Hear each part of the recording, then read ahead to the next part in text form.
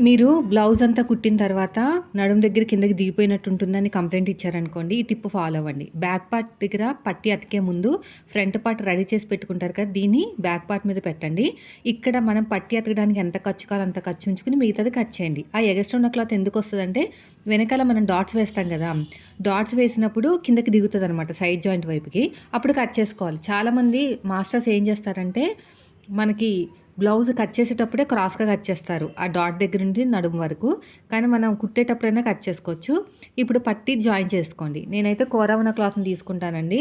ఇలా వీడియోలో చూపించినట్టు కోరా ఉన్న క్లాత్‌ని నేను వీడియోలో చూపించినట్టు స్టిచ్ చేసుకుంటూ వెళ్ళిపోవాలి. డాట్ వచ్చిన చోట ఫ్రిల్ పెట్టుకోండి. 2 డాట్ల దగ్గర ఫ్రిల్స్ పెట్టుకుంటే మనకి ఫిట్టింగ్ బా వస్తదనమాట. ఈ టిప్ ఫాలో అవ్వండి. ఖచ్చితంగా మీకు సైడ్ జాయింట్ వైపుకి కిందకి దిగిపోయినట్టు ఉండదనమాట. అలా రాకుండా ఉంటే మీకు బ్లౌజ్ అనేది చాలా బాగా కుదురుతది. ఎక్కడ కూడా చిన్న ఫిట్టింగ్ పోకుండా ఉండదు. బావుంటది. ఓకేనా? ఇప్పుడు ఎగస్ట్రా ఉన్న క్లాత్‌ని కట్ చేసుకొని ఒక టాప్ స్టిచ్ వేసేసుకోండి దీనిపై నుంచి. సరిపోతది. తర్వాత నడుము లూజ్ మార్కింగ్ వేసుకుంటే సరిపోతది. ఏ బ్లౌజ్‌కైనా అంతేనండి. చూసుకోవాలి బ్యాక్ పార్ట్ మీద ఫ్రంట్ పార్ట్ పెట్టుకొని ఎంత ఎక్కువొచ్చిందో అంత ఖర్చు ఉంచుకొని మిగతాది కట్ చేయాలి.